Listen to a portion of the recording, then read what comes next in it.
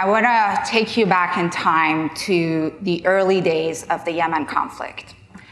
In March 2015, the civil war in Yemen was still fresh. The Shia Houthi militias had just taken over the capital city, Sana'a, and ousted the Saudi-backed President Hadi.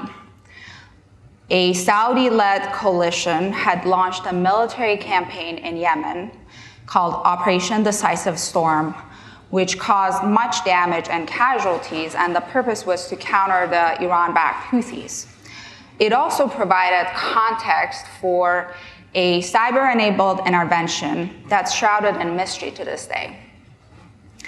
Operation WikiSaudiLeaks, contrary to its name, was probably not a cogent, unified operation. There were a lot of moving pieces. It was a massive campaign involving hacks, leaks, and a disinformation and a forgery campaign that hasn't been discussed before. And the intent seems to have been to embarrass, undermine, and subvert the Saudis as the war in Yemen was escalating by day. So websites were getting hacked. For the sake of analysis, I'm going to break it into three parts. Hacks, which I've termed collection here, then the dump of confidential cables or the exposure of material that had been exfiltrated from networks, and then someone out there was exploiting the leaked material to their own benefit. So you might ask yourself why we should care about something that happened 6 years ago in the Middle East. Well, historically, this was a significant case that created a blueprint for Iranian I.O. that we didn't really pay much attention to at the time, and especially given what happened in this country in 2016 and much later, we probably should have learned our lessons. Second, disclosures that have come to light since 2015 shed new light on details of this operation that makes revisiting it quite interesting. And then lastly, the methodology is interesting because it enables us to take it apart and look at each component in its own light and deal with the question of attribution in a way that cuts through the fog and allows for a more sophisticated analysis in a way that that helps us deal with the technical and operational nuances of what was going on. So let's walk through each of these components. The story began on April 12, 2015, when the social media accounts of Iran's Arabic news channel and Al Alam were defaced and replaced with pro-Saudi imagery and rumors that the Houthi leader might be dead. The anonymous hacking group that took responsibility for it, CyberEmotion, had previously attacked official Saudi targets, so the possibility of it having links to the Saudi government is kind of slim.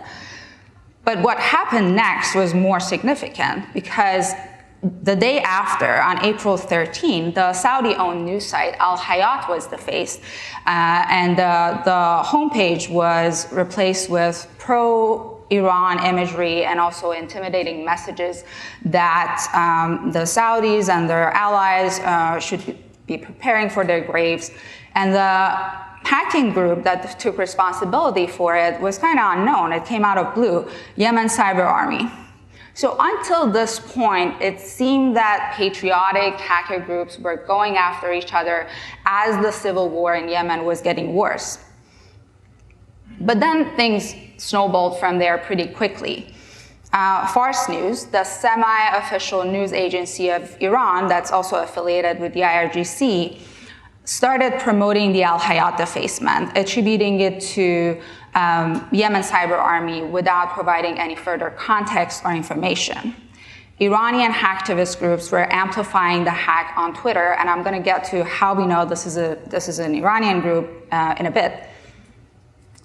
And then came the big hack. On May 20, 2015, the Saudi Ministry of Foreign Affairs was defaced. The homepage was replaced with very strong pro-Iran, pro-Shia imagery, intimidating pieces of anti-Saudi propaganda, like blaming the atrocities that were going on in Yemen on the Saudis and their allies, announcing that all the servers were encrypted, and Yemen Cyber Army again took responsibility for it. So in their hacking announcement, they were identifying as cutting sword of justice the same actor behind the first Shamoon attack in 2012. Then came the exposure. Fars News, once again, was hard at work. They started a series of exclusive stories on what they termed, for the very first time, as Saudi leaks.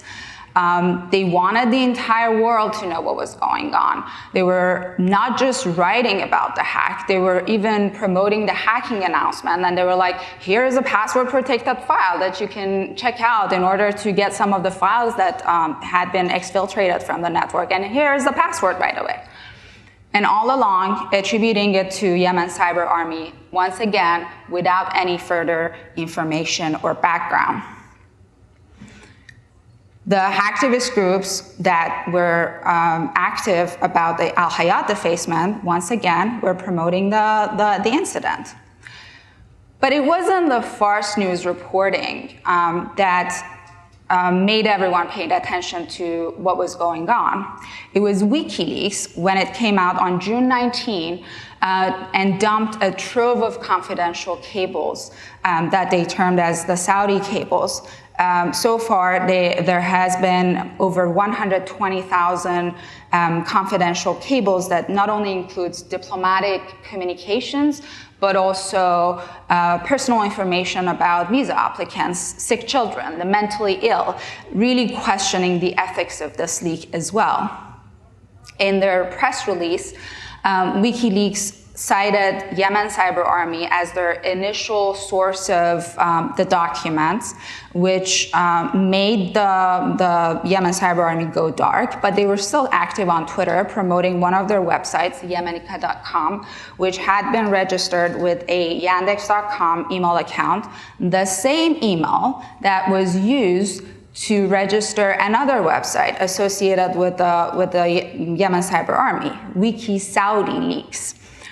The website was an even more aggressive anti-Saudi manifesto, dubbing the operation as Operation Cyber Decisive Storm, in direct reference to the Saudi-led Operation Decisive Storm, presumably in retaliation for it.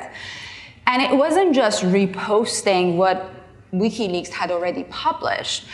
Someone had gone out of their way to really curate and put together the most damning documents that WikiLeaks had already done. So if you were interested in international affairs between Bahrain and Saudi, there was a folder for you. Afghanistan, no problem. Here is something for you. Enjoy. So moving on to the exploitation. Okay, I'm going to say this as well. So far, we had one hack, at least 3 platforms that were leaking the material. So whoever that did the hack really got so much out of this leak. Then came the exploitation part. As the international news cycle on WikiSaudiLeaks was kind of fading, a fringe news site, another Western Dawn News or Odd News, came out, and it was almost a month after WikiLeaks had published the documents, saying, well, then Special Rapporteur on the situation of human rights on the situation of human rights in Iran from the UN, Dr. Ahmed Shahid, had received bribes from the Saudi embassy in Kuwait to write biased reporting against the Iranian government. To substantiate their claims, they were referencing one of the documents that WikiLeaks had allegedly published a month before. So the Iranian media loved this. They jumped at the opportunity, trying to promote the story that, look, with all the reporting about the situation of human rights, turns out the UN expert has received bribes. Tasnim News, the IRGC-affiliated, another IRGC-affiliated platform, was writing about it. kind of fringe news sites like the Middle East Press, Al-Waqt, were also promoting it. So this caused much chaos in the Iranian human rights community. Journalists started contacting WikiLeaks for comments, and the platform came out basically disavowing this document. Well, turns out this was clearly a forgery, and someone out there was trying to exploit the leaked material to their own benefit. So who did it? Why was this operation not conclusively attributed? For one, the Saudi government might have lacked the political will to come out and publicly attribute the operation. They might have lacked the technical skills to do it, although they could have hired someone to do it for them. But there are sticky points in the operation itself that have made a conclusive attribution pretty difficult.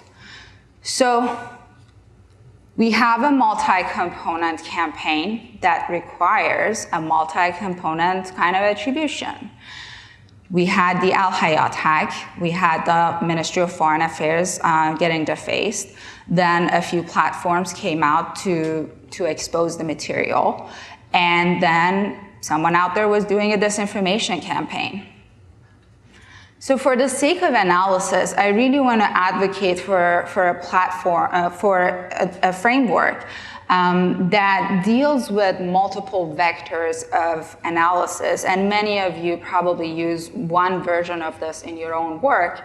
But what's important in this case, and probably similar other cases, is that we need to take this framework and apply it to all of those components separately, because the answer to one component may not lead us to the same answer to the other phase or part. So who may have a history of operations of this kind against that target? Who may have the motivation to pull something like this off? Did they have the expertise and resources? Is there a trace of the infrastructure being linked to specific actors? And does the messaging and the purported reasoning match the actor's interest? So when we apply these vectors to the highly likely suspects, because at the time there was a debate among researchers that, well, maybe Yemen Cyber Army was a front for the Russians, maybe it was Iranians, maybe it was Yemen Cyber Army, although probably YCA didn't really exist, they didn't have any history, but if it did, it would definitely have the motivation and use the right messaging to go after the targets that they probably hated most.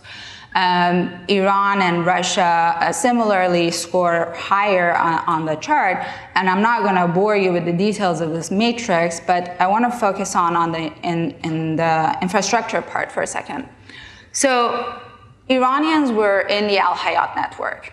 How do we know this? The hacking announcement on Pastebin from the Al-Hayat defacement included email addresses from Al-Hayat users, subscribers, admins, possibly reporters. One of them, turns out, had all the admin rights, but it wasn't an admin, but had accessed the website a few days before the leak.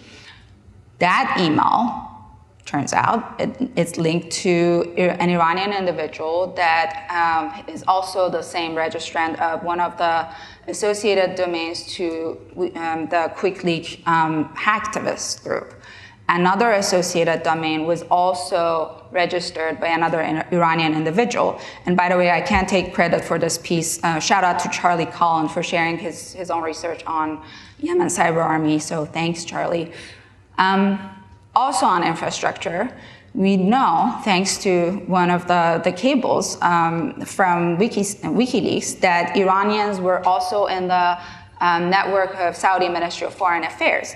Turns out, in early 2015, Saudi officials were discussing an incident response report about an incident, a breach into their network from July of 2014 that had gone unnoticed until much later that year. They frequently cited Operation Cleaver, which, as we know, has been widely attributed to Iranian actors. And identified this breach to have been probably part of the same operation. But we also know that Russians were also in the Saudi network at some point in time. Russian hackers also have a history of Saudi-oriented espionage operations, especially in the months before WikiSaudiLeaks happened. Moving on to the exposure piece. Again, Yemen cyber army didn't really exist, but Iran and Russia had a slightly higher chance of pulling something like this off. So I'm focusing on the infrastructure for a second again. So the website WikiSaudiLeaks that launched after the WikiLeaks dump happened was registered on an IP address through a company called MonoVM, which at the time accepted many forms of cryptocurrencies. As you know, if you want to be a bad actor on the internet, that's probably one of your best shots. The MonoVM domain itself had been registered under Iranian individuals' names who had moved on to also register IP addresses, websites in different parts of Iran as well. And while this was probably one of the first instances of MonoVM being involved in an operation like this, it was certainly not going to be the last. Because in December of last year, a website emerged, Enemies of the People, that was doxing public officials, civil servants in the US who had refused to confirm Trump's election fraud campaigns. Shout out to Chris Krebs for being picked on by everyone, including Iranians. So one of the associated domains to this website had been registered, once again, through MonoVM. Within days, the FBI came out and attributed this whole operation to Iran. But it's more complicated because the IP addresses of WikiSaudiLeaks was part of the same range of IP addresses that Fancy Bear had used in their campaign during like 2014 and 2015. And what about the exploitation part? Iran on this matrix scores highest because of the later disclosures that have come to light since 2015. In October 2018, in their very first IO takedown announcement, Facebook and Twitter took down the domains that were promoting the story of the UN expert having received bribes from the Saudis and linking that to Iran. In November of 2020, the Department of Justice also seized Odd News, the main source of that story, as part of their larger domain seizure linked to Iranian IOs. So in conclusion, this was a multi-component operation. When we break it down to its own parts, we kind of come up with different answers for each of those components. So the Al Hayat hack was most likely Iranian, but we can't say the same for sure about the hacking of the Saudi Ministry of Foreign Affairs, because there were different actors both on the Iranian and Russian side in the network. And so the exposure, similarly, is even murkier because Fars News was definitely Iranian, WikiLeaks wasn't, and the jury is still out on WikiSaudiLeaks. But we do know, thanks to the later disclosures, that the exploitation piece was definitely Iranian and can be attributed to Iran with high confidence. So this operation was important because it created a blueprint for Iran's IOs that we didn't really catch until years later when things had happened already in Iran and, here and elsewhere, and everyone was talking about information operations and disinformation. It also speaks to the strength of a methodology like this, because once we start to deconstruct the operation to its part, it allows us to deal with the question of attribution for each of those components. we can avoid the common traps of oversimplification and kind of come up with a more sophisticated analysis that deals with the tactical and operational nuances. So that was my curious tale of WikiSaudiLeaks. Thanks for listening. Happy to take questions. Seriously, sir. So I thank you for the presentation. I'm actually like really invested in this case. To what extent are you, like, I love the nuance with which you address the possible sourcing versus the use of the material. To what extent would you be comfortable with the idea of, let's say, the Russians having sourced the material and the Iranians having amplified it, or some sort of, mixed up, whether it was coordinated or not, just taking advantage of the fact that this material was out there? Is that something that would sit well with you? Yeah, I think so. Within a framework like what I discussed, I think we may not be able to put a finger on a single actor, and we should be comfortable with that because it's quite complicated, it's massive, and there are so many moving parts. And it's quite possible that whoever that did the hack was not the same actor who did the exposure, or vice versa, or even the exploitation campaign. There might have been some sort of collaboration, although we don't really have any solid evidence for it, but I wouldn't rule out the possibility. All right, thank you very much. Thank